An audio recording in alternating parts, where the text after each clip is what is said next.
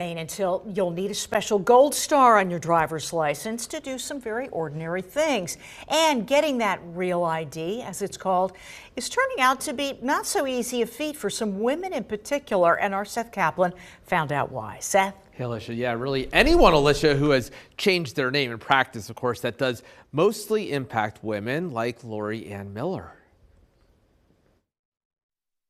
I had been married before. Then divorced, now happily married again, but Lori Ann Miller, that's her last name now, not happy about what she heard at the DMV when she went to get her real ID. He said I couldn't get the real ID because I didn't have all the documentation from previous marriages.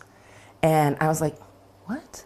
Real ID required come May 7th to enter a federal building or board a domestic flight unless you have a passport, which Lori Ann does have. She says that process was actually easier. It just doesn't make sense to me that if Social Security will give me a new Social Security card with my new name on it, and the passport will give me an updated passport with my new name on it, why do I and other women have to jump through all these hoops to get a real ID? One of those hoops? I would have to go back to the clerk of courts to get documentation of my divorce decrees. And pay for that. Right here is where it clearly states that you have to have all your identification. For each marriage to track name changes. I don't understand why the DMV put this in place. So that's really my question. We asked PennDOT, which told us, unfortunately, there's no flexibility under federal law, which requires that legal documentation of the name change. PennDOT does say every person's documents and situation are unique. So I just wanted to bring it to the attention because I think